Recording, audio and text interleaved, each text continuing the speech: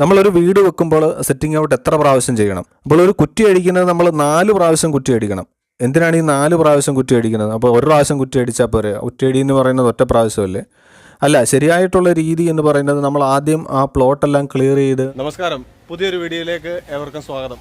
ഇന്ന് നമ്മൾ നോക്കുന്നത് ഒരു വീടിൻ്റെ സെറ്റ് ഔട്ടിങ് ചെയ്യുന്നത് എങ്ങനെയാണെന്നാണ്. ഒരുപാട് പേര് കമൻ്റായിട്ടൊക്കെ ചോദിച്ചു, ഒരു വീടിൻ്റെ പണി തുടങ്ങുമ്പോൾ എങ്ങനെയാണ് നമ്മൾ സെറ്റ് ഔട്ടിങ് ചെയ്യുന്നത്, അതിൻ്റെ കണപ്പ് തിരിക്കുന്നത്, എങ്ങനെയാണ് അതിൻ്റെ റൂമിൻ്റെ സൈസൊക്കെ കറക്റ്റായിട്ട് സെറ്റ് ചെയ്യുന്നതൊക്കെ. അപ്പോൾ അതിനെ ഉൾക്കൊള്ളിച്ചുകൊണ്ട് പുതിയൊരു വർക്ക് തുടങ്ങുന്നുണ്ട്. അപ്പോൾ അതിൻ്റെ കുറച്ച് ഭാഗങ്ങളാണ് ഇന്നത്തെ വീഡിയോയിലൂടെ നമ്മൾ സംസാരിക്കുന്നത്. എല്ലാവർക്കും വീഡിയോയിലേക്ക് സ്വാഗതം. നമ്മളൊരു വീടിന് കുറ്റി അടിക്കുന്നത് എന്തിനാണ്? കുറ്റി അടിക്കുക എന്ന് പറയുന്നത് അതൊരു ആചാരപരമായിട്ടൊരു ചടങ്ങോ മറ്റെന്തെങ്കിലും ആയിരിക്കാം. പക്ഷേ അതൊരു എൻജിനീയറിംഗ് സംബന്ധമായിട്ട് നമ്മൾ നോക്കുകയാണെങ്കിൽ അതിനെ സെറ്റിംഗ് ഔട്ട് എന്ന് പറയും. നമ്മളൊരു വീട് പ്ലാൻ ചെയ്യുമ്പോൾ തന്നെ അതിന് ഏതൊക്കെ മുറികൾ വേണം, ബാത്റൂം എവിടെ വേണം, കിച്ചൺ എവിടെ വേണം, അങ്ങനെ പല രീതിയിൽ അഭിപ്രായങ്ങൾ വന്ന് അതിനെയെല്ലാം സമന്വയിപ്പിച്ച് ഫൈനലായിട്ട് ഒരു എഞ്ചിനീയറോ ആർക്കിടെക്റ്റോ വരച്ചെടുക്കുന്ന ഒരു പ്ലാൻ കാണും. ആ പ്ലാൻ നമ്മൾ മുനിസിപ്പാലിറ്റിയിൽ നിന്നോ പഞ്ചായത്തിൽ നിന്നോ കോർപ്പറേഷനിൽ നിന്നോ ഒരു പെർമിറ്റ് എടുത്തിട്ടുണ്ടാകും. ആ പ്ലാൻ വെച്ച് ആ അപ്രൂവൽ പ്രകാരമുള്ള ഒരു പ്ലാൻ നമ്മുടെ പ്ലോട്ടിൽ എക്സിക്യൂട്ട് ചെയ്യുന്നതാണ് ഈ കുറ്റിയടി അല്ലെങ്കിൽ സെറ്റിംഗ് ഔട്ട് എന്ന് പറയുന്നത്. അതൊരു ചടങ്ങായിട്ട് ആചാരമായിട്ട് ചെയ്യുന്നവരുണ്ട്. അത് കഴിഞ്ഞ ശേഷം ആ ഒരു കുറ്റി അടിച്ച ശേഷം പിന്നീട് നമ്മൾ ഓരോ റൂമുകൾ തിരിച്ച് നമ്മുടെ ബൗണ്ടറിയിൽ നിന്ന് എത്ര അകലം പാലിക്കണം, റോഡിൽ നിന്ന് എത്ര അകലം പാലിക്കണം എന്നതിനെ അടിസ്ഥാനപ്പെടുത്തി ഓരോ ഭിത്തിയും വരുന്ന രീതിയിൽ ആ ഭിത്തി വരുന്ന ഭാഗത്താണ്, ആ വോള് വരുന്ന ഭാഗത്താണ് നമ്മൾ ഈ ചരടുകൾ കെട്ടുന്നത്. അതിനുശേഷം ഈ ക്രോസായിട്ട് പാരലായിട്ട് കെട്ടുന്നു, പിന്നെ അതിനെ പെർപെൻഡിക്കുലറായിട്ട് ഓരോ റൂമുകൾ തിരിച്ച് കെട്ടുന്നു. ആ ക്രോസിങ് വരുന്ന ഭാഗങ്ങളിലാണ് നമുക്ക് കോളം ഫുട്ടിംഗ് ആണ് കൊടുക്കുന്നതെങ്കിൽ ആ ഭാഗങ്ങളിലൊക്കെയാണ് നമുക്ക് കോളംസ് വരുന്നത്. ഇനിയും അതല്ല, കല്ല് കെട്ടുകയാണെങ്കിൽ, ഫൗണ്ടേഷൻ കരിങ്കല്ല് കെട്ടിയെടുക്കുകയാണെങ്കിൽ ആ ചരട് വരുന്ന ഭാഗങ്ങളിലെല്ലാമാണ് നമ്മൾ വാനം എടുക്കേണ്ടത്. അതായത് ട്രെഞ്ച് എടുത്തിട്ട് അവിടെ നിന്നാണ് നമ്മൾ ഭിത്തി കെട്ടി കല്ല് കെട്ടി വന്നിട്ട് അതിൻ്റെ മുകളിലേക്ക് റൂമുകൾ തിരിച്ചു വരുന്നത്. ഇതിനെപ്പറ്റി പലർക്കും പല സംശയങ്ങളുണ്ട്. ഈ കുറ്റിയടി എന്ന് പറയുന്നത് എന്തോ വലിയ സംഭവമാണെന്നുള്ളത്. ശരിക്കും പറഞ്ഞാൽ ഈ കുറ്റിയടി എന്ന് പറയുന്നത് നമ്മൾ ആദ്യം പറഞ്ഞതുപോലെ നമ്മൾ ഡിസൈൻ ചെയ്തിരിക്കുന്ന, നമ്മൾ മനസ്സിൽ പ്ലാൻ ചെയ്ത് അതിനുശേഷം അതൊരു പേപ്പറിൽ പകർത്തി ആ പേപ്പറിൽ പകർത്തിയ പ്ലാനിനെ നമ്മൾ നമ്മുടെ പ്ലോട്ടിലേക്ക് അതേ അളവിൽ നമ്മളത് എക്സിക്യൂട്ട് ചെയ്യുകയാണ്. ആ വീട് ആ പ്ലോട്ടിൽ വരാൻ വേണ്ടി ആ അളവനുസരിച്ച് ആ മുറികൾ തിരിക്കുന്നതാണ് ശരിക്കും സെറ്റിംഗ് ഔട്ട് എന്ന് കൊണ്ട് ഉദ്ദേശിക്കുന്നത്. നമ്മളൊരു വീട് വെക്കുമ്പോൾ സെറ്റിംഗ് ഔട്ട് എത്ര പ്രാവശ്യം ചെയ്യണം? അപ്പോൾ ഒരു കുറ്റി അടിക്കുന്നത് നമ്മൾ 4 പ്രാവശ്യം കുറ്റി അടിക്കണം. എന്തിനാണ് ഈ 4 പ്രാവശ്യം കുറ്റി അടിക്കുന്നത്? അപ്പോൾ ഒരു പ്രാവശ്യം കുറ്റി അടിച്ചാൽ പോരെ? കുറ്റിയടി എന്ന് പറയുന്നത് ഒറ്റ പ്രാവശ്യമല്ലേ?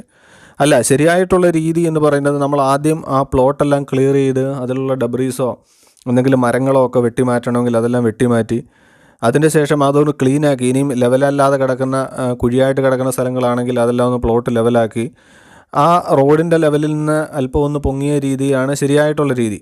ആ രീതിയല്ല, ഇനിയും പല രീതിയിൽ ചെയ്യാം. ഇനിയും സ്റ്റെപ്പായിട്ടുള്ള പ്ലോട്ടുകളാണെങ്കിൽ അതനുസരിച്ച് പ്ലോട്ടുകൾ ലെവലാക്കി എടുക്കണം. അല്ലെങ്കിൽ സെല്ലാറൊക്കെ ചെയ്യുന്നുണ്ടെങ്കിൽ ഭൂമിക്കടിയിലേക്ക് ഗ്രൗണ്ട് ലെവലിൽ നിന്നും താഴേക്ക് ഫ്ലോറുകൾ പോകുന്നുണ്ടെങ്കിൽ അതനുസരിച്ച് ലെവലും. പക്ഷേ നമ്മളിപ്പോൾ നോർമലായിട്ടുള്ളൊരു കേസാണ് നമ്മളിവിടെ പറയുന്നത്. ആ ഭൂമി നിരപ്പാക്കിയ ശേഷം അതിൻ്റെ മുകളിലേക്ക് ഫസ്റ്റ് നമ്മൾ ചെയ്യുന്നത് അതിൻ്റെ ഏറ്റവും ലെങ്ത് വൈസുള്ള, പ്രധാനമായിട്ടും പൊതുവേ നമ്മൾ റോഡിൽ നിന്നുള്ള ഒരു സെറ്റ് ബാക്കാണ് നമ്മൾ ആദ്യം ചരട് കെട്ടുന്നത്. ഇപ്പം നമ്മൾ 3 മീറ്റർ ആണെങ്കിൽ അല്ലെങ്കിൽ റോഡിൽ നിന്ന് 4 മീറ്റർ ആണെങ്കിൽ നമ്മളെ പ്ലാനിൽ കാണും എത്രയാണോ ആ അളവ്, അതനുസരിച്ച് നമ്മളൊരു ചരട് കെട്ടുന്നു. അത് നമ്മൾ ആ ഭിത്തി വരുന്നതിൻ്റെ സെൻട്രൽ ലൈനാണ് സാധാരണ നമ്മൾ കെട്ടാറ്. നമ്മളിപ്പോൾ 3 മീറ്ററാണ് നമ്മൾ പുറത്തു നിന്നുണ്ടെങ്കിൽ നമുക്കിപ്പം ഭിത്തിയുടെ കനം 20 സെൻറ്റിമീറ്റർ ആണെങ്കിൽ 3 + 10 സെൻറ്റിമീറ്റർ ആ ഭിത്തിയുടെ സെൻറ്റർ വരും. അങ്ങനെ 3-10 എന്നുള്ള രീതിയിലാണ് നമ്മൾ ചരട് കെട്ടുന്നത്. ഇപ്പം എൻജിനീയറിംഗ് സംബന്ധമായിട്ട് പഠിക്കുന്നവർക്കോ അല്ലെങ്കിൽ സൂപ്പർവൈസർമാർക്കോ കോൺട്രാക്ടർമാർക്കോ ഒക്കെ ഇതിനെപ്പറ്റി അറിവുണ്ടായിരിക്കാം. പക്ഷേ സാധാരണക്കാർക്കോ ഇതിനെപ്പറ്റി അറിവുണ്ടായിരിക്കില്ല. അതിനുവേണ്ടിയാണ് നമ്മൾ ഈ കാര്യങ്ങൾ സംസാരിക്കുന്നത്. ഇതിനെപ്പറ്റി അറിയാത്തവർക്ക് ഇതൊരു ഉപകാരപ്രദമായിരിക്കും. അപ്പോൾ നമ്മൾ ആ റോഡിൽ നിന്നുള്ള സെറ്റ് ബാക്ക് ആദ്യം സെറ്റ് ബാക്ക് എന്ന് പറയുമ്പോൾ സംശയം വരേണ്ട, ഈ റോഡിൽ നിന്നുള്ള ദൂരമാണ് നമ്മൾ ഈ സെറ്റ് ബാക്ക് എന്ന് പറയുന്നത്. ആ അളവനുസരിച്ച് നമ്മൾ ചരട് കെട്ടുന്നു. പിന്നീട് നമ്മൾ വരുന്നത് അതിൻ്റെ ഏറ്റവും ലെങ്ത് കൂടിയ ഭാഗം എവിടെയാണോ അതിന് പെർപെൻഡിക്കുലറായിട്ട്, അത് നമ്മൾ ഒന്നുകിൽ നമ്മുടെ ഒരു അയൽപക്കത്തെ ഒരു ബൗണ്ടറി ആയിരിക്കാം, അല്ലെങ്കിൽ ചിലപ്പം റോഡ് തന്നെ ആയിരിക്കാം, ഏതാണോ നമ്മുടെ അതിൻ്റെ ഏറ്റവും നീളം കൂടിയ ഭാഗം അവിടെ നിന്ന് അതിന് പെർപെൻഡിക്കുലറായിട്ട് വേറൊരു ചരട് കെട്ടുന്നു. അങ്ങനെ ചരട് കെട്ടിക്കഴിഞ്ഞാൽ അതൊരു റൈറ്റ് ആംഗിൾ ആണോ എന്നുള്ളത് നമ്മളത് ചെക്ക് ചെയ്യണം. ഇത് നമ്മൾ 2 സൈഡിൽ നിന്നും ചരട് കെട്ടി അതിൻ്റെ നീളത്തിലും വീതിയിലും നമ്മൾ ചരട് കെട്ടിക്കഴിഞ്ഞാൽ ആ ചരട് കറക്റ്റ് പെർപെൻഡിക്കുലറാണോ, അതായത് 90 ഡിഗ്രിയിലാണോ ഈ ചരട് നിൽക്കുന്നത്, അതിനെന്തെങ്കിലും ചരിവുണ്ടോ കോണിപ്പുണ്ടോ എന്ന് നമ്മളൊന്ന് ഉറപ്പ് വരുത്തണം. അതിന് ചെയ്യുന്ന രീതിയാണ് നമ്മൾ കണപ്പ് തിരിക്കുക. അല്ലെങ്കിൽ അത് റൈറ്റ് ആംഗിൾ ആണോ എന്ന് ചെക്ക് ചെയ്യുക. നമ്മുടെ നാടൻ ഭാഷയിൽ പറഞ്ഞാൽ കണപ്പ് തിരിക്കുക എന്ന് പറയും. ആ രീതിയാണ് അതിൻ്റെ നമ്മളൊരു ഇക്വേഷൻ ഉണ്ട്, നമ്മൾ സ്കൂളിലൊക്കെ പഠിച്ചിട്ടുള്ളതാണ്. ഇക്വേഷൻ എന്താണെന്നുള്ളൊരു എഞ്ചിനീയറിംഗ് സംബന്ധമായിട്ടുള്ള കാര്യങ്ങൾ അറിയാവുന്നവർക്കറിയാം. അപ്പോൾ അത് അറിയാത്തവർക്ക് സിമ്പിളായിട്ട് നമ്മൾ ചെയ്യുന്ന മെത്തേഡാണ്. ഒരു സൈഡിൽ നമ്മളൊരു 3 മീറ്റർ അളവ് വെക്കുന്നു, ആ ജംഗ്ഷനിൽ നിന്ന് മറു സൈഡിലേക്ക് നമ്മൾ 4 മീറ്റർ അളവ് വെക്കുന്നു. അപ്പോൾ ആ മീറ്റർ ഒരു സൈഡിലേക്ക് 3 മീറ്ററും ഒരു സൈഡിലേക്ക് 4 മീറ്ററും വെച്ച് കഴിഞ്ഞാൽ അതിൻ്റെ ക്രോസ് അളവ്, അതായത് അതിൻ്റെ കോണായിട്ട് വരുന്ന അതിൻ്റെ ഡയഗണൽ നോക്കുകയാണെങ്കിൽ നമ്മൾക്ക് 5 മീറ്റർ കിട്ടണം. 5 മീറ്റർ കിട്ടിയാൽ മാത്രമേ നമുക്കതൊരു പെർപെൻഡിക്കുലറാണ് അല്ലെങ്കിൽ ഒരു 90 ഡിഗ്രിയിലാണ് ആ ചരട് കെട്ടിയിരിക്കുന്നത് നമുക്ക് ഉറപ്പ് പറയാൻ പറ്റുകയുള്ളൂ. ഇനിയും നമ്മൾ ഈ അളക്കുമ്പോൾ ഒരു സൈഡിൽ 3 മീറ്റർ വെച്ചു, ഒരു സൈഡിൽ 4 മീറ്റർ വെച്ചു. നമ്മളതിൻ്റെ ഡയഗണൽ അളക്കുമ്പോൾ 5, 10 അല്ലെങ്കിൽ 5, 5 അല്ലെങ്കിൽ 5 കൂടുതലോ കുറവോ ആണെങ്കിൽ നമുക്ക് ആ റോഡിൽ നിന്നുള്ള ലൈൻ അവിടെ നിലനിർത്തിക്കൊണ്ട് തന്നെ അതിൻ്റെ പെർപെൻഡിക്കുലറായിട്ട് കിട്ടിയിരിക്കുന്ന നീളം കൂടിയ ഭാഗം നമ്മൾ അഡ്ജസ്റ്റ് ചെയ്ത് അതിന് ഇടതുവശത്തോട്ടോ വലതുവശത്തോട്ടോ അല്പം മാറ്റി അത് കറക്റ്റ് 5 മീറ്റർ വരുന്ന രീതിയിൽ ആ ചരടിനെ അഡ്ജസ്റ്റ് ചെയ്ത് നമ്മൾ മാറ്റി കെട്ടേണ്ടതാണ്. അപ്പോൾ എങ്ങനെയാണോ എത്ര മാറ്റുമ്പോഴാണോ 5 മീറ്റർ കിട്ടുന്നത് ആ അളവ് കറക്റ്റ് ചെയ്ത് നമ്മൾ ചരട് കെട്ടിക്കഴിഞ്ഞാൽ ഈ 2 ചരടും തമ്മിലുള്ള ആംഗിൾ 90 ഡിഗ്രി ആണെന്ന് നമുക്ക് ഉറപ്പ് വരുത്താം. 90 ഡിഗ്രിയിൽ നമ്മൾ ഈ ചരട് സെറ്റ് ചെയ്യണമെന്നുള്ളതിൻ്റെ പ്രാധാന്യം എന്താണെന്ന് പറഞ്ഞു കഴിഞ്ഞാൽ, നമ്മളെപ്പോഴും വീട് വെക്കുന്നത്, വീടോ ബിൽഡിംഗ് ഏത് തരത്തിലുള്ള ബിൽഡിങ്ങുകൾ വെച്ചാലും നമുക്കതിൻ്റെ കോണ് കറക്റ്റ് റൈറ്റ് ആംഗിൾ ആയിരിക്കണം. അല്ലെങ്കിൽ നമുക്ക് ചരിവാണെങ്കിൽ നമ്മൾ പിന്നീട് അതിനകത്ത് ടൈലിടുന്ന സമയത്ത് ടൈൽ എപ്പോഴും 90 ഡിഗ്രിയിലായിരിക്കും വരുന്നത്. അതിൻ്റെ 4 സൈഡും കോർണർ കറക്റ്റായിട്ട് 90 ഡിഗ്രി ആയിരിക്കും. അപ്പോൾ നമ്മൾ ടൈലിട്ട് വരുമ്പം അതിൽ കോണിപ്പ് വരും, നമുക്ക് ചെറിയ ചരിഞ്ഞ പീസുകൾ ഇടേണ്ടി വരും. ഒരു സൈഡിൽ ഫുൾ ടൈലാണ് വരുന്നതെങ്കിൽ നമ്മൾ ഒരു റൂമിൻ്റെ മറ്റു സൈഡിലേക്ക് വരുമ്പോൾ നമുക്ക് കോൺ കട്ട് ചെയ്ത് അവിടെ ഫുൾ ടൈൽ എന്നുള്ളൊരു ഹാഫ് ടൈലിലേക്ക് പോകും. അപ്പോൾ അത് നമ്മൾ ഇട്ട് കഴിയുമ്പോൾ വൃത്തികേടായിരിക്കും. പിന്നീട് നമ്മൾ ഇൻറ്റീരിയർ വർക്കുകളൊക്കെ ചെയ്യുന്ന സമയത്ത് നമ്മൾ കബോർഡൊക്കെ ഫിക്സ് ചെയ്യാൻ ബുദ്ധിമുട്ട് വരും. കോണിപ്പല്ല, കറക്റ്റ് റൈറ്റ് ആംഗിൾ അല്ല എന്നുണ്ടെങ്കിൽ അവിടെയൊക്കെ പ്രശ്നങ്ങൾ വരും. പിന്നീട് നമ്മൾ ഫർണിച്ചർ ഇടുന്ന സമയത്തൊക്കെ അവിടെ ഗ്യാപ്പുകൾ വരും. അങ്ങനെ ഒരുപാട് തരത്തിലുള്ള ബുദ്ധിമുട്ടുകൾ വരാം. അങ്ങനെ ഒരിക്കലും നമ്മൾ അങ്ങനെ കോണിപ്പ് വരുന്ന രീതിയിൽ നമ്മൾ ബിൽഡിങ്ങുകൾ ചെയ്യാറില്ല. കറക്റ്റ് റൈറ്റ് ആംഗിൾ ആയിരിക്കണം. അങ്ങനെയാണ് ഒരു പെർഫെക്റ്റായിട്ട് നമ്മൾ വർക്ക് ചെയ്തെടുക്കുന്നത്. അപ്പോൾ അങ്ങനെ വരാതിരിക്കാൻ വേണ്ടിയാണ് നമ്മളിത് കറക്റ്റ് റൈറ്റ് ആംഗിൾ ചെക്ക് ചെയ്യുന്നത്. നമ്മൾ ആദ്യം തന്നെ അത് ചെക്ക് ചെയ്തില്ല എന്നുണ്ടെങ്കിൽ പിന്നീട് മുകളിലേക്ക് വരുന്ന ഓരോ പണിക്കും നമുക്ക് അതിനനുസരിച്ചുള്ള വ്യത്യാസങ്ങൾ പണിയിൽ വരും. അപ്പോൾ ആദ്യത്തെ സെറ്റ് ഔട്ടിംഗ് എന്ന് പറയുന്നത് ഇതാണ്. നമ്മളൊരു പ്ലോട്ട് ലെവലാക്കിയ ശേഷം ഓരോ റൂമുകൾ വരുന്നതനുസരിച്ച് ചരട് കെട്ടി, ഇപ്പോൾ നമ്മൾ 2 ചരട് കെട്ടുന്ന കാര്യം പറഞ്ഞു. പിന്നീട് അതനുസരിച്ച് ഓരോ റൂമിൻ്റെ അളവനുസരിച്ച്, ഇപ്പോൾ ബെഡ്റൂമിൻ്റെ 3 മീറ്റർ ആണെങ്കിൽ 3 മീറ്റർ വിട്ടിട്ട് അടുത്ത ചരട് കെട്ടുന്നു. കിച്ചൺ 350 ആണെങ്കിൽ 350 വിട്ടിട്ട് അടുത്ത ചരട് കെട്ടുന്നു. അങ്ങനെ അതിൻ്റെ 2 സൈഡും ഓരോ റൂമിൻ്റെയും 4 സൈഡും, ചുരുക്കി പറഞ്ഞാൽ 4 സൈഡും നമ്മൾ ചരടുകൾ കെട്ടുന്നു. ആ ചരടിനനുസരിച്ച് ഇപ്പം കോളം ഫുട്ടിംഗ് ആണ് ചെയ്യുന്നതെങ്കിൽ ഈ ചരടുകൾ തമ്മിലുള്ള ജംഗ്ഷൻ വരുന്ന ഭാഗത്തെല്ലാമായിരിക്കും നോർമലി നമുക്ക് കോളംസ് കൊടുക്കാറ്. അപ്പോൾ അത് ഓരോ ഡിസൈൻ അനുസരിച്ച് ചെറിയ വ്യത്യാസങ്ങൾ വരാം. ഇനിയിപ്പോൾ സ്പാൻ കൂടിയ, അതായത് ഒരു റൂമിൻ്റെ സൈസ് കൂടിയ 3 മീറ്ററിലോ 3.5 മീറ്ററിലോ കൂടുതലുള്ള റൂമുകളൊക്കെ ആണെങ്കിൽ നമുക്ക് സെൻറ്റർ പോർഷനിൽ എക്സ്ട്രാ കോളംസ് കൊടുക്കാറുണ്ട്.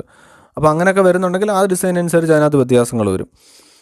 അതല്ല, നമ്മൾ ആദ്യം പറഞ്ഞതുപോലെ കല്ല് കെട്ടിയുള്ള ഫൗണ്ടേഷൻ ആണെങ്കിൽ ഈ ചരട് കെട്ടുന്ന ഭാഗത്തെല്ലാം നമ്മൾ എക്സ്കവേഷൻ ചെയ്യണം. അപ്പോൾ നമ്മൾ ചരട് കെട്ടുന്നത് സെൻട്രൽ ലൈൻ ആയിരിക്കണം. സെൻട്രൽ ലൈൻ ആണെങ്കിൽ നമുക്ക് 45 സെൻറ്റിമീറ്റർ ആണ് ഒരു ഫൗണ്ടേഷൻ്റെ, അല്ലെങ്കിൽ ഒരു 60 സെൻറ്റിമീറ്റർ ആണ് ഫൗണ്ടേഷൻ്റെ വിട്ടെങ്കിൽ നമുക്ക് 30 സെൻറ്റിമീറ്റർ ഒരു സൈഡിലേക്കും ആ ചരടിൻ്റെ മറു സൈഡിലേക്ക് 30 സെൻറ്റിമീറ്റർ മാർക്ക് ചെയ്തുകൊണ്ട് നമുക്ക് എക്സ്കവേഷൻ ചെയ്യാം. ഇനി അതല്ല കോളം ഫുട്ടിംഗ് ആണെങ്കിൽ നമുക്ക് 1 മീറ്റർ ബൈ 1 മീറ്ററിൻ്റെ കോളംസ് ആണ് ഫുട്ടിംഗ് ആണ് വരുന്നതെങ്കിൽ നമുക്ക് 50 സെൻറ്റിമീറ്റർ 2 സൈഡിലേക്കും കൊടുത്ത് അതേപോലെ 4 സൈഡിലേക്കും കൊടുക്കണം. അങ്ങനെ സ്ക്വയറായിട്ട് നമുക്ക് കോളംസ് ഫൂട്ടിങ് വരുന്നതിൻ്റെ അളവ് നമുക്ക് മാർക്ക് ചെയ്യാനായിട്ട് പറ്റും. മാർക്ക് ചെയ്ത് കഴിഞ്ഞാൽ നമ്മൾ അതിൻ്റെ മുകളിലൊരു വൈറ്റ് സിമെൻറ്റോ അങ്ങനെ എന്തെങ്കിലും വെച്ചിട്ട് നമ്മളൊന്ന് മാർക്ക് ചെയ്തിടുവാണെങ്കിൽ കറക്റ്റായിട്ട് നമ്മൾ എക്സ്കവേറ്റ് ചെയ്യുമ്പം നമ്മളൊരു JCBയോ അല്ലെങ്കിൽ മറ്റെന്തെങ്കിലും തരത്തിലുള്ള എക്സ്കവേറ്ററോ വന്നാണ് മണ്ണ് മാറ്റുന്നതെങ്കിൽ നമുക്ക് ആ മാർക്ക് കറക്റ്റായിട്ട് അവർക്ക് അറിയാൻ പറ്റും. ആ മാർക്കിനനുസരിച്ച് മണ്ണ് മാറ്റി നമ്മളതിൻ്റെ ഡെപ്ത് എത്രയാണോ, സാധാരണ നമ്മൾ 90 സെൻറ്റിമീറ്ററോ ഇനിയും ലൂസായിട്ടുള്ള മണ്ണൊക്കെ ആണെങ്കിൽ 1.2 മീറ്റർ എത്രയാണോ നമ്മളതിൻ്റെ എക്സ്കവേഷൻ്റെ ഡെപ്ത് അതനുസരിച്ച് നമുക്ക് എക്സ്കവേഷൻ ചെയ്യാനായിട്ട് പറ്റും.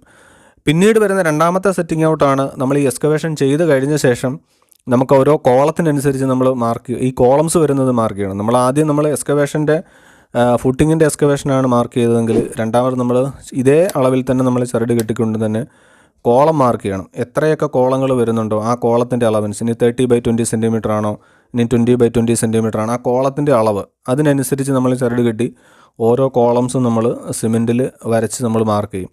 അത് നമ്മൾ ചരട് കെട്ടിയ ശേഷം ചരടിൽ നിന്ന് പ്ലംബ് ഇട്ട് അതിൻ്റെ ലൈൻ ഓരോന്ന് മാർക്ക് ചെയ്താണ്. അതും റൈറ്റ് ആംഗിളായിട്ട് നമ്മൾ ഒരു ടി സ്ക്വയറോ അല്ലെങ്കിൽ എന്തെങ്കിലും വെച്ചിട്ട് നമ്മൾ ആ കോളംസിൻ്റെ അളവുകൾ അതനുസരിച്ച് നമ്മൾ മാർക്ക് ചെയ്യുന്നു. അത് നമ്മൾ ഓരോ കോളം ടു കോളം അളവുകൾ ചരട് കെട്ടിയിട്ടാണ് നമ്മൾ മാർക്ക് ചെയ്യുന്നത്. അതാണ് രണ്ടാമത്തെ സെറ്റ് ഔട്ട് എന്ന് പറയുന്നത്. മൂന്നാമത്തെ സെറ്റ് ഔട്ട് എന്ന് പറയുന്നത് നമ്മൾ അതിന് ശേഷമാണ് നമ്മൾ കോളംസും ഫുട്ടിങ്ങും സെറ്റ് ചെയ്യുന്നത്. നമ്മൾ അതിൻ്റെ ഫുട്ടിങ്ങിനുള്ള മാറ്റ് കമ്പി കെട്ടി അതിൻ്റെ കമ്പി സെറ്റ് ചെയ്യുന്നു. അതിൻ്റെ ശേഷം നമ്മൾ കോളം സെറ്റ് ചെയ്ത ശേഷം നമ്മൾ അതിൻ്റെ ഫുട്ടിങ് കോൺക്രീറ്റ് ചെയ്യുന്നു. ഫുട്ടിങ് കോൺക്രീറ്റ് ചെയ്ത് കഴിഞ്ഞാൽ അതിൻ്റെ ശേഷം നമുക്ക് കോളം രണ്ടാമത് ഒന്നും കൂടി മാർക്ക് ചെയ്യണം. ഇനിയും ഫുട്ടിങ് ചെയ്ത സമയത്ത് എന്തെങ്കിലും തരത്തിലുള്ള ഡീവിയേഷൻസ് വന്നിട്ടുണ്ടോ, ഇനി അതിൻ്റെ പ്ലംബ് കറക്റ്റാണോ, അതിനകത്ത് കവറിങ് കറക്റ്റ് കിട്ടുന്ന രീതിയിൽ രണ്ടാമത് നമ്മൾ ചരട് കെട്ടി ഒന്നും കൂടെ മാർക്ക് ചെയ്യുന്നു. അത് നമ്മൾ കോളം ഷൂ മാർക്കിംഗ് എന്നാണ് പറയുന്നത്. അതിൻ്റെ ഒരു താഴെ ഒരു എക്സ്ട്രാ ഒരു ഷൂ സെറ്റ് ചെയ്തിട്ട് ആ കോളത്തിൻ്റെ അളവുകൾ കറക്റ്റ് കിട്ടാൻ വേണ്ടിയാണ് അങ്ങനെ ഷൂ സെറ്റ് ചെയ്യുന്നത്. അപ്പോൾ അങ്ങോട്ടോ ഇങ്ങോട്ടോ ചെറിയ വ്യത്യാസങ്ങൾ വരാതിരിക്കാൻ, അത് കറക്റ്റായിട്ട് അതിൻ്റെ കവറിങ് കിട്ടാനും ഒക്കെ ആയിട്ടാണ് നമ്മൾ ഷൂ സെറ്റ് ചെയ്യുന്നത്. ആ സമയത്താണ് മൂന്നാമത്തെ മാർക്കിംഗ് വരും. മൂന്നാമത് നമ്മൾ ഇതുപോലെ ഇതേ സെയിം തന്നെ പ്രൊസീജിയറിൽ തന്നെ ചരട് കെട്ടി അതിൻ്റെ കണപ്പ് സെറ്റ് ചെയ്ത് നമ്മൾ ഓരോ കോളംസിൻ്റെയും ഷൂ മാർക്ക് ചെയ്യുന്നു. ഇനിയും അതിനുശേഷം നമ്മൾ കോളം കോൺക്രീറ്റ് ചെയ്യുന്നു. കോളം കോൺക്രീറ്റ് ചെയ്ത ശേഷം നമ്മൾ മുകളിലേക്ക് വന്നിട്ട് നമ്മൾ എത്രയാണോ അതിൻ്റെ ഹൈറ്റ് അതനുസരിച്ച് നമ്മൾ പ്ലിന്ത് ബീം വരുന്നു. ബീം നമ്മൾ കോൺക്രീറ്റ് ബീം ചെയ്യുന്ന സമയത്തും ഒന്നും കൂടെ നമ്മൾ മാർക്ക് ചെയ്യണം. അത് നമ്മൾ ഓരോ റൂം അളവ് കറക്റ്റ് ആക്കിക്കൊണ്ട് ബീമിൻ്റെ അളവുകൾ റൂംസിൻ്റെ ഇൻസൈഡ് ഔട്ട്സൈഡ് അളവ് ചെക്ക് ചെയ്ത് ബീമിൻ്റെ വിഡ്ത്ത് എത്രയാണ് അങ്ങനെയുള്ള കാര്യങ്ങൾ ചെക്ക് ചെയ്താണ് നമ്മൾ ഓരോ റൂമുകളും കറക്റ്റ് ചെയ്തുകൊണ്ട് തന്നെ വേണം നമ്മൾ ബീം കോൺക്രീറ്റ് ചെയ്യാനായിട്ട്. ഇനിയും ബീമിൻ്റെ കോൺക്രീറ്റിങ് കഴിഞ്ഞ ശേഷമാണ് നമ്മൾ നാലാമത്തെ ഫൈനൽ സെറ്റ് ഔട്ട് എന്ന് പറയുന്നത്. അത് നമ്മൾ ബ്രിക്ക് വർക്ക് ചെയ്യുന്ന സമയത്താണ്. ഇപ്പോൾ ബീം നമ്മൾ സെറ്റ് ചെയ്ത് കഴിഞ്ഞു. അതിനുശേഷം നമ്മൾ വീണ്ടും ഇതേ പ്രൊസീജിയർ തന്നെ നമ്മൾ ചരട് കെട്ടിക്കൊണ്ട് ആ സമയത്ത് നമ്മൾ എക്സ്റ്റേണൽ അളവുകളാണ് വെക്കുന്നത്. സെൻട്രൽ ലൈൻ അല്ല, എക്സ്റ്റേണൽ അളവുകളാണ്. ഒരു റൂമിൻ്റെ ഔട്ട്സൈഡ് ടു ഔട്ടർ അളവുകൾ വെച്ചുകൊണ്ട് നമുക്ക് ബ്രിക്ക് വർക്ക് എവിടെയൊക്കെയാണോ വരുന്നത് ഓരോ റൂം അനുസരിച്ച് നമുക്ക് ബ്രിക്ക് വർക്ക് കറക്റ്റായിട്ട് സെറ്റ് ചെയ്യാനായിട്ട് പറ്റും. അപ്പോൾ നമ്മൾ ആ കണപ്പ് സെറ്റ് ചെയ്ത് ആദ്യം തന്നെ അതനുസരിച്ച് നമ്മൾ ആ റൈറ്റ് ആംഗിൾ സെറ്റ് ചെയ്ത് വരുന്നത് കൊണ്ട് നമുക്കൊരിക്കലും തിരിവോ ചരിവോ റൂമിനകത്ത് എന്തെങ്കിലും ഒരളവ് ഒരു സൈഡിൽ കൂടുതൽ ഒരു സൈഡിൽ കുറവ് അങ്ങനെയുള്ള പ്രശ്നങ്ങൾ വരില്ല. അപ്പോൾ ഓരോ റൂമിൻ്റെ അളവ് നമുക്ക് പ്രോപ്പറായിട്ട് ചെക്ക് ചെയ്തുകൊണ്ട് തന്നെ അതിൻ്റെ റൂം മാർക്ക് ചെയ്യാനായിട്ട് പറ്റും. അപ്പോൾ അതിനുശേഷം നമ്മൾ മുകളിലേക്ക് ബ്രിക്ക് ചെയ്യുകയാണെങ്കിൽ നമ്മൾ പ്രോപ്പറായിട്ട് റൂം അളവ് നമ്മൾ പ്ലാനിൽ എത്രയാണോ റൂം അളവ് ഉള്ളത് അതനുസരിച്ച് നമുക്ക് റൂം പണി തീർക്കാനായിട്ട് പറ്റും. ഇനി ഇതല്ല പൈലിംഗ് പോലെയുള്ള ഫൗണ്ടേഷൻസോ അല്ലെങ്കിൽ ഒരുപാട് കോളം ഫുട്ടിങ് പോലെയുള്ള മൾട്ടി സ്റ്റോറിഡ് ഹെവി ബിൽഡിങ്ങുകളൊക്കെ ആണെങ്കിൽ നമുക്കിതുപോലെ ചരട് വലിച്ച് കെട്ടി അതിൻ്റെ സെറ്റിംഗ് ഔട്ട് ചെയ്യുക എന്നുള്ളത് പ്രായോഗികമല്ല. അതിന് നമ്മളിപ്പം ടോട്ടൽ സ്റ്റേഷൻ പോലെയുള്ള നവീന രീതികൾ നമ്മളിപ്പോൾ ചെയ്യുന്നുണ്ട്. അപ്പോൾ ഇത് നമുക്ക് ജനറലായിട്ട് നമ്മളൊരു വീട് അല്ലെങ്കിൽ ചെറിയ ബിൽഡിങ്ങുകളൊക്കെ ചെയ്യുന്ന രീതിയിലാണ് നമ്മളിപ്പം ഇങ്ങനെ ചരട് കെട്ടി ഓരോ കോളംസും സെറ്റ് ഔട്ട് ചെയ്ത് അതിൻ്റെ കണപ്പ് തിരിച്ചൊക്കെ ചെയ്യുന്നത്. നമുക്ക് പൈൽ പോയിൻ്റ് ഒക്കെ മാർക്ക് ചെയ്യണമെന്നുണ്ടെങ്കിൽ അങ്ങനെ സെറ്റിംഗ് ഔട്ടല്ല. അത് ടോട്ടൽ സ്റ്റേഷൻ വെച്ചിട്ട് നമുക്ക് ഓരോ പൈൽ പോയിൻറ്റും അതാത് അളവുകൾ കൃത്യമായിട്ട് തന്നെ നമുക്കത് മാർക്ക് ചെയ്തെടുക്കാനായിട്ട് പറ്റും. അപ്പോൾ സാധാരണക്കാരനെ സംബന്ധിച്ച് ഇതുപോലെയുള്ള അറിവുകൾ എല്ലാവർക്കും ഉപകാരപ്രദമായിരിക്കും. നമ്മളൊരു ചെറിയ വീട് ഡിസൈൻ ചെയ്യുമ്പോൾ ഇതെങ്ങനെയാണ് ഇത് സെറ്റ് ഔട്ട് ചെയ്യുന്നത്, ഏതൊക്കെ രീതിയിലാണ് അത് ചെയ്തെടുക്കുന്നതെന്നൊക്കെ പലരും ഇതിനു മുമ്പ് സംശയമായിട്ടൊക്കെ ചോദിച്ചു. അപ്പോൾ അങ്ങനെയുള്ളവർക്കൊക്കെ ഈ വീഡിയോ ഉപകാരപ്പെട്ടു എന്ന് വിശ്വസിക്കുന്നു. വീട് നിർമ്മാണവുമായിട്ട് ബന്ധപ്പെട്ടുള്ള വീഡിയോകളാണ് നമ്മുടെ ഈ ചാനലിൽ നമ്മൾ കൂടുതലായിട്ടും നമ്മൾ അപ്ലോഡ് ചെയ്തുകൊണ്ടിരിക്കുന്നത്. നിങ്ങൾ ആദ്യമായിട്ടാണ് ഈ ചാനൽ കാണുന്നതെങ്കിൽ ചാനലൊന്ന് സബ്സ്ക്രൈബ് ചെയ്യുക. അതേപോലെ മറ്റുള്ളവർക്ക് വീഡിയോ ഒന്ന് ഷെയർ ചെയ്ത് കൊടുക്കുക. അപ്പോൾ മറ്റൊരു വീഡിയോയിൽ മറ്റൊരു വിഷയമായിട്ട് വീണ്ടും കാണാം. എല്ലാവർക്കും നന്ദി. Thanks for watching.